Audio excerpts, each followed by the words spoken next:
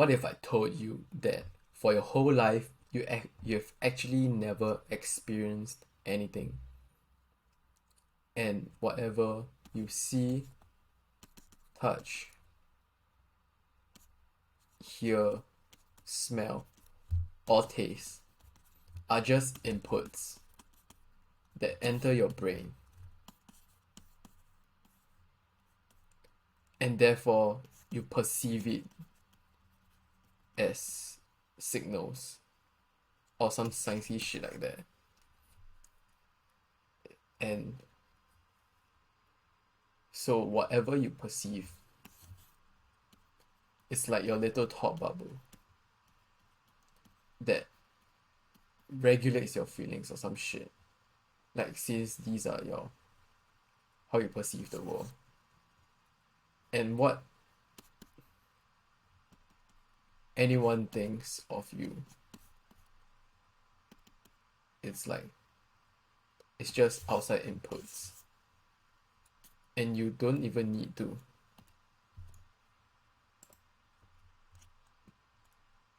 like it doesn't change the state in here, essentially. It's just how you perceive it and how it affects you. And so there are 2 points that can be derived from these stuff that I just read and listened to. And the first thing is, since all these perceptions are what determines your like experiences, so in theory you will be the one deciding whether a certain scenario is positive or negative. So let's say my chemistry remedial teacher was say looking at my paper and be like, you know what, please, for the love of God, do not take chemistry for my university course. I mean, no shit, I was laughing, it was quite funny. But that could very well be like a negative thought and be like, oh, I'm bad at chemistry. And so anytime I see anything that requires the application of chemistry, I'll be like, oh no, this is not for me. I cannot do that. Or, you know, I'm trash at this shit. You know what? I might be trash at every other subject too. Oh god, I'm gonna die. Anyways, you know, of course, sometimes it would be negative. But you know what I saw it as? I saw it as saving 4 years of or 3 years of my life, not pursuing something that will cause me to like be depressed because my grades are gonna be negative grades or some shit. And it gave me time and sort of the guidance to tell me to pursue something else. And I had things to work on if I really wanted chemistry. And telling me early would give me like the wake up call to maybe put in more effort, learn it in a different way, etc.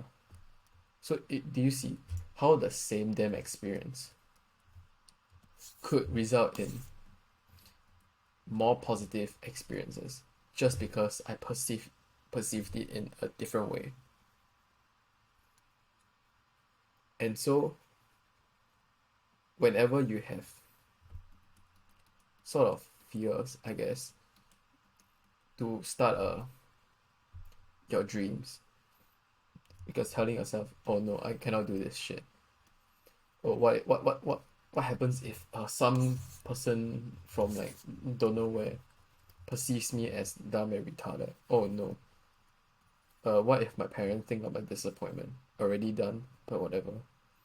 Oh, what if I have no money left after this risky endeavor? Or could you just see it as, or maybe this is a very good opportunity for me to try something new. You know, if this goes well, I wouldn't have to go to my 9 to 5 job or study a degree that I literally do not give a shit about. Or maybe if I put in effort long enough, I'll actually develop the skills, maybe to do something else, even if this shit fails. Like, seriously, it's the same scenario, but your life fulfillment or how much you enjoy your life is really determined by your perception of things. And speaking of trying to like start whatever thing that's related to your dreams, of course, with no experience and knowledge or little expertise knowledge, like it will just go up and down, or let alone just like flatline, and you'll be like, shit. So not only do I have to spend money, not only do I have to wait for like don't know how many years, I have to take the risk that my life will come crumbling down and be homeless just for my dreams. Yeah, no, it's not worth it. Let me just go back to my job at 9 to 5 or whatever the hell you are in. And the thing is, who says you can't have both? You know, you do this for a safety net, and you get back home and you fucking work on your dreams until it reaches a point where it can cover the cost that your job used to be. And if you really wanted to, just quit. After this point, maybe it takes 5 years. I don't know. I'm probably like here, so don't bother.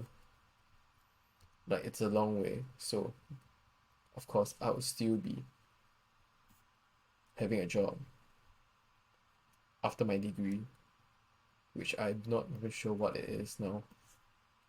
Unfortunate.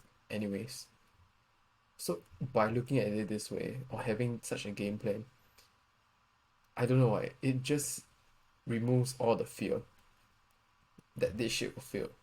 Like even if this shit just goes crumbling down to like trash, ooh, and you still have this safety net. So what's there to worry about? Yeah, of course you might not be able to buy all the stupid gadgets online and in the market, or the newest phone or whatever the hell you guys want. But I think to put that into your dreams or your purpose is it's worth it even if it fails.